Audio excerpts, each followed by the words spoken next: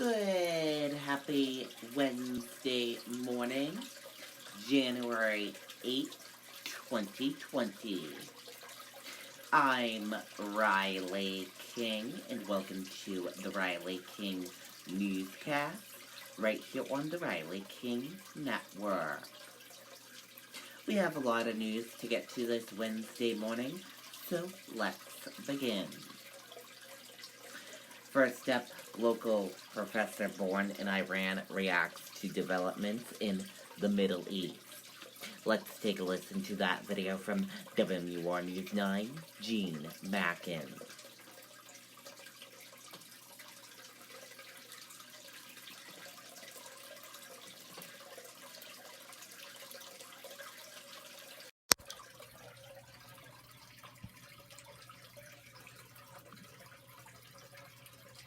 Go to bed. Sleep. Get out of bed. Introducing Neuropedic Lift, a new high-low vertical lift adjustable bed exclusively at Cardi's Furniture and Mattresses. Cardi's Furniture and Mattresses. Neuropedic Lift delivery and setup anywhere in the U.S. If the idea was to destabilize the Iranian regime, this was not the way. And if the idea was a revenge, yeah, maybe. Economics professor Reza Jalili says while Iranian General Qasem Soleimani had blood on his hands, he's concerned his death only strengthens the regime there. The Iranian regime thrives on crisis.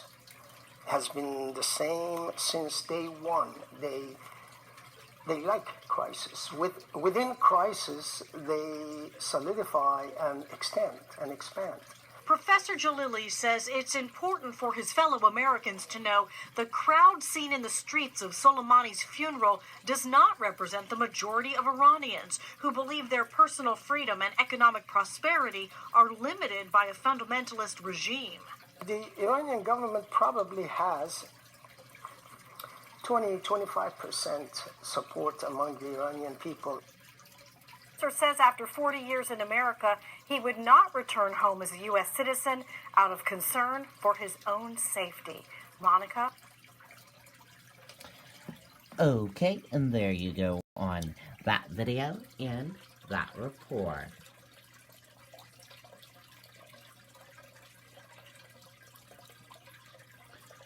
Third, McGarvey's employee charged following New Year's morning altercation. Let's take a listen to that video from WMUR News 9.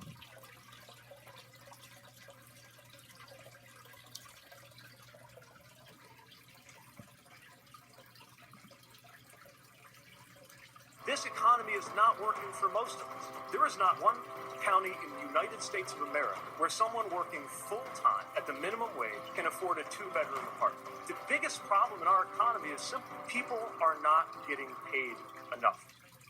Well, Manchester police have now arrested a third employee of McGarvey's saloon after an altercation early New Year's morning.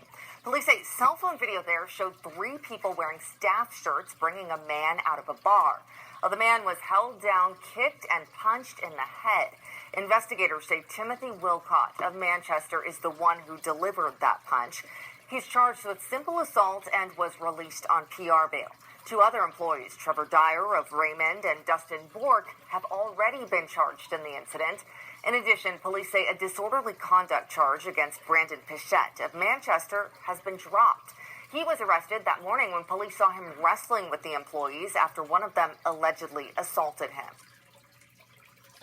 Okay, and there you go on that video and that report.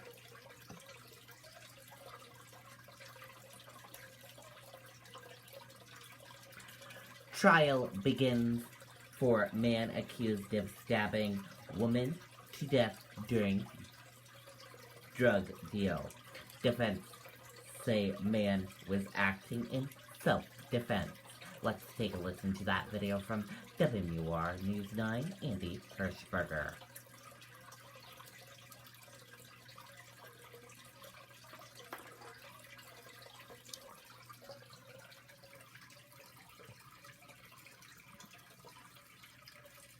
This economy is not working for most of us. There is not one county in the United States of America where someone working full-time at the minimum wage can afford a two-bedroom apartment. The biggest problem in our economy is simple. People are not getting paid enough. Prosecutors say Deshaun Jett made a series of decisions that led to the murder of Sabrina Galusha. They say the 23-year-old woman was with three friends who went to sell marijuana to Jett in May of 2017. When Jett stole the drugs, ran toward his apartment, and pulled a knife when Galusha and two others chased after him. The defendant could have let Sabrina and her friends drive away peacefully. He could have let her live. Instead, he chose to plunge a knife into Sabrina's heart, killing her. Jett is on trial for first-degree murder. While prosecutors told the jury today there was no question about who committed the stabbing, defense lawyers questioned motive. They claimed Jett was the one being robbed and he acted in self-defense. This case isn't about a stabbing in a car. It's about Deshaun Jett defending himself from three attackers in the vestibule of his own apartment, where he had nowhere else to go. But prosecutors say Jett pulled the knife to get away, that he chased Galusha and her friends back to their car and delivered the fatal blow when she was in the back seat trying to leave. This isn't a case of self-defense. This was not a misunderstanding, an unfortunate accident, or a case of the defendant acting reasonably. This case is the result of a series of choices. The jury also heard today from a Concord police officer who performed CPR on Galusha, trying to save her life, but could not. Testimony will resume tomorrow. Reporting live, I'm Andy Hirschberger, WMUR News 9. Okay, and there you go on that video and that report.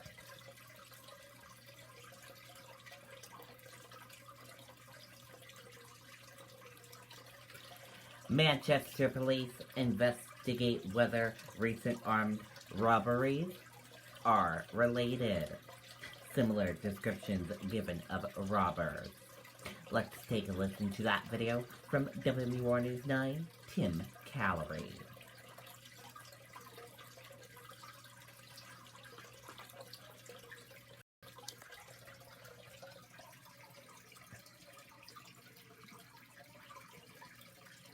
This economy is not working for most of us. There is not one county in the United States of America where someone working full-time at the minimum wage can afford a two-bedroom apartment. The biggest problem in our economy is simple. People are not getting paid enough.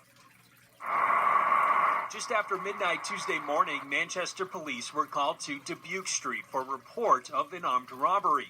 A local cab driver telling officers he was dropping off two men when they robbed him at gunpoint. The suspects took cash and ran off through a nearby yard. Unfortunately, it was a very vague description, just that it was two black males. They were skinny, probably in their 20s or 30s. This robbery carrying some similarities to another one that took place just one street over 2 days before. It was just shortly before midnight on January 5th when there was also another robbery that took place. That one was on Cartier Street. In that case, a Chinese food delivery driver was robbed by two black men. Something was pressed against his back. He didn't know exactly what, but he was also robbed. The suspects again taking cash before running through a nearby yard for their escape. Manchester police are just looking at all the different avenues that they can go down right now and trying to determine whether or not they are indeed connected. The two robberies join a group of nearly a dozen to take place in the city since December 1st. In some cases, suspects were caught on camera. Police are hoping those images will lead to arrests. Hopefully people might recognize them, even just, a piece of clothing or maybe just a characteristic that maybe the average person wouldn't notice. Call in, give us that detail. And Manchester police adding that armed robberies actually increased this time of year. Now, as for the 11 armed robberies that have happened so far, only 2 arrests have been made. We're live here in the Queen City. I'm Tim Calorie, WMUR News 9. Okay, and there you go on that video and that report.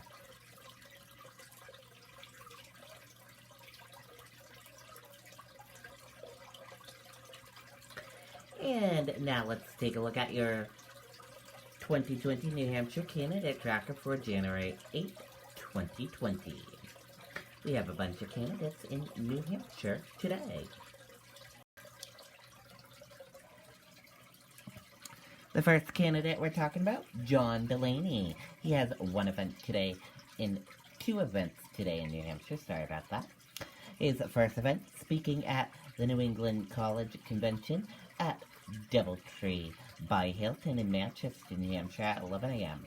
And his second event, meet and greet at True Brew Bistro in Concord, New Hampshire at 1 p.m. Chelsea Gabbard has one event today in New Hampshire. She has a town hall at McAuliffe Shepherd Discovery Center in Concord, New Hampshire at 7 o'clock p.m. Deval Patrick has one event today in New Hampshire, attending New England College Convention at Doubletree by Hilton in Manchester, New Hampshire at 5:30 p.m.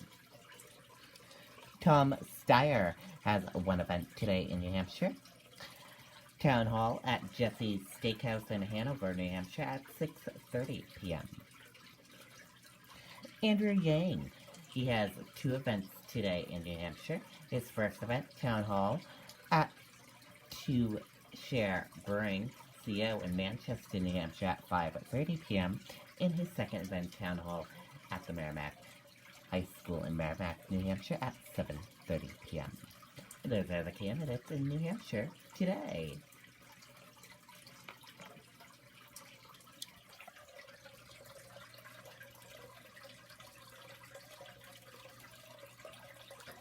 Plans in the work for Trump to return to New Hampshire for primary rally.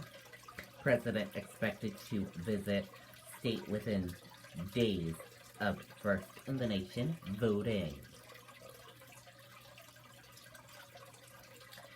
As more than a dozen Democrats ramp up their campaign to become President Donald Trump's general election opponent, WMUR has learned that plans are in the works for the president to make a return visit to New Hampshire within a few days of the February 11th First in the Nation primary.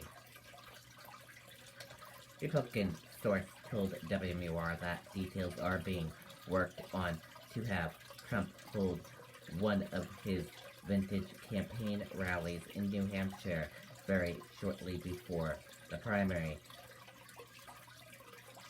Quite possible on the eve of the primary, with a date yet to be formally finalized.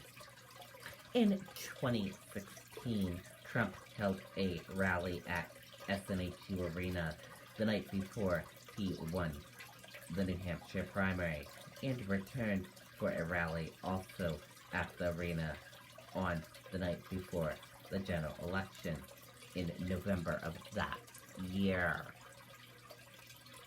He most recently visited the state in August 15th of last year, attracting about 11,500 people to the rally at the arena in downtown Manchester.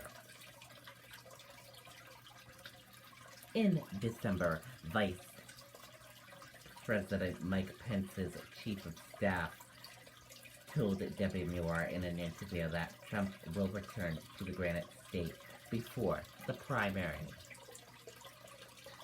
While the Democratic presidential candidates continue to ramp up their attacks, with Trump now having been impeached in launching a strike that killed the top military commander in Iran. The Trump campaign has been active in New Hampshire, pushing back on their consent barrage of criticism. In 2016, then private citizen Trump won the 2016 New Hampshire primary by a margin of 35% to 16% over the second place finisher from Ohio Governor John Kasich. Trump lost New Hampshire to Hillary Clinton in the 2016 general election by a razor-thin margin of about 2,700 voters out of about 750,000 voters cast. In August, he returned and retained that New Hampshire is the state that I love, with thousands of hard-working patrons who are also the heart and soul of America. He said that he was officially launching our campaign to win the great state of New Hampshire in 2020. Pence came to New Hampshire on November 7th to file to have Trump's name placed on the primary ballot. Trump faces primary opponents from former Massachusetts Governor Bill Wells and former U.S. Rep.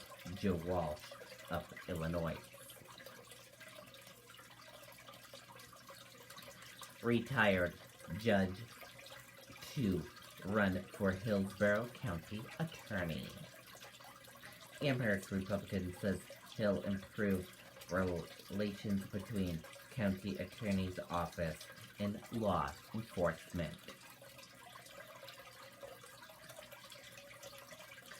3 residents at Milford Nursing Home turn 100 years old. Let's take a listen to that video from WR News 9, Kind and Courteous.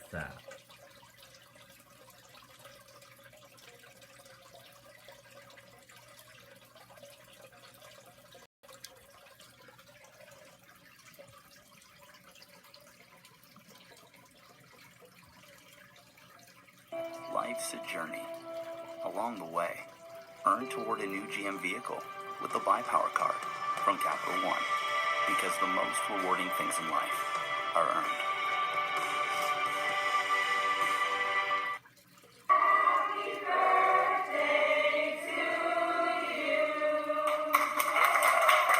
Maria, Gertrude, and Jean have just celebrated a milestone birthday. Honestly, if you take a look at each and every one of them, none of them look like they're 100. Talk to them for 5 seconds, you'll see their charisma. The 3 were celebrated in style at the Crestwood Nursing Home and Rehab Center in Milford. So we had gifts for them, tiaras to make them feel extra special, flowers, a sash that said 100 and fabulous. The party included live music, gifts, and a cake, but for these ladies, having their loved ones by their side meant the most. It's nice to have friends, and that's the best part.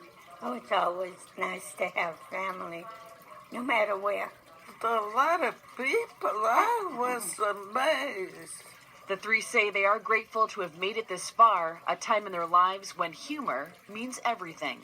I'm old. That I know. I don't even want to talk about it.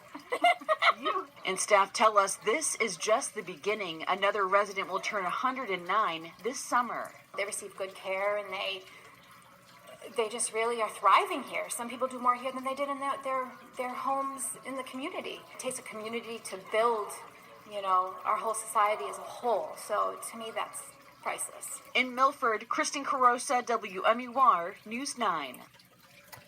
Okay, and there you go on that video and that report.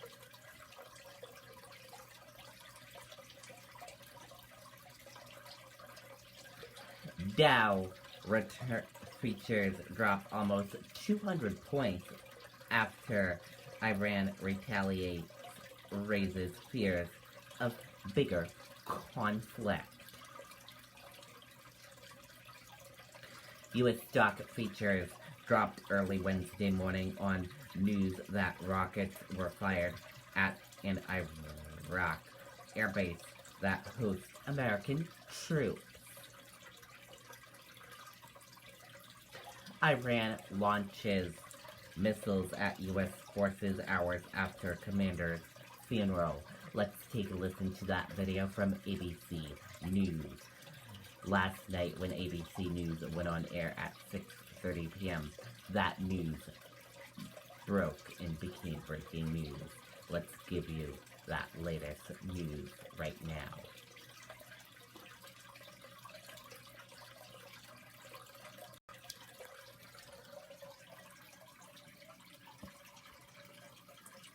Iran tonight. Meanwhile, they were quick to take responsibility for the attack. They had vowed revenge. The Iranian foreign minister, when asked by our Martha Raddatz just today if he was worried about an all-out war, he said that depended on the U.S. response.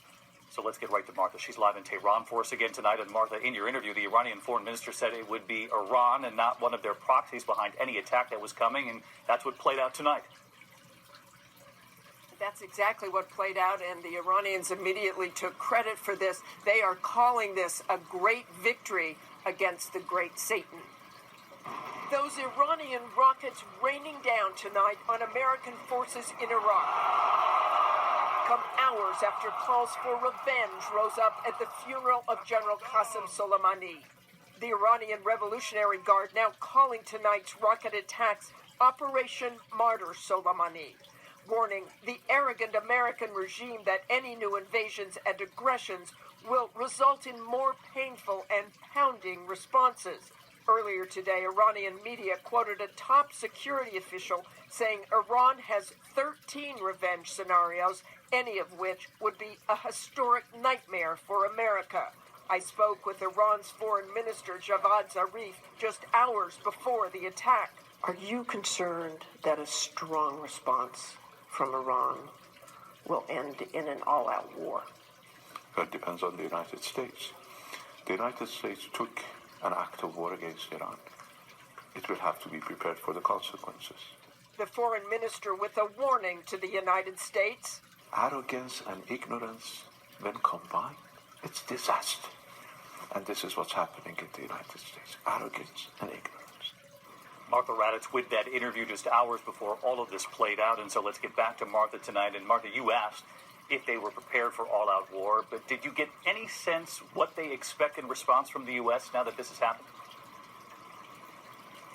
Well, David, I think they are standing by. They say they are ready for any kind of response, but I absolutely do not get the sense that the Iranians want an all-out conflict any more than the U.S. does. David? Martha Raddatz with us again tonight from Tehran. Martha, our thanks to you as well. Hi. Okay, and there you go on that video and that report. And that does it for this morning edition of the Riley King Newscast right here on the Riley King Network. I hope you all have a great rest of your day, and I'll see you back here later on today for another newscast. And I'll have a news report coming up in a little bit. Goodbye, everyone.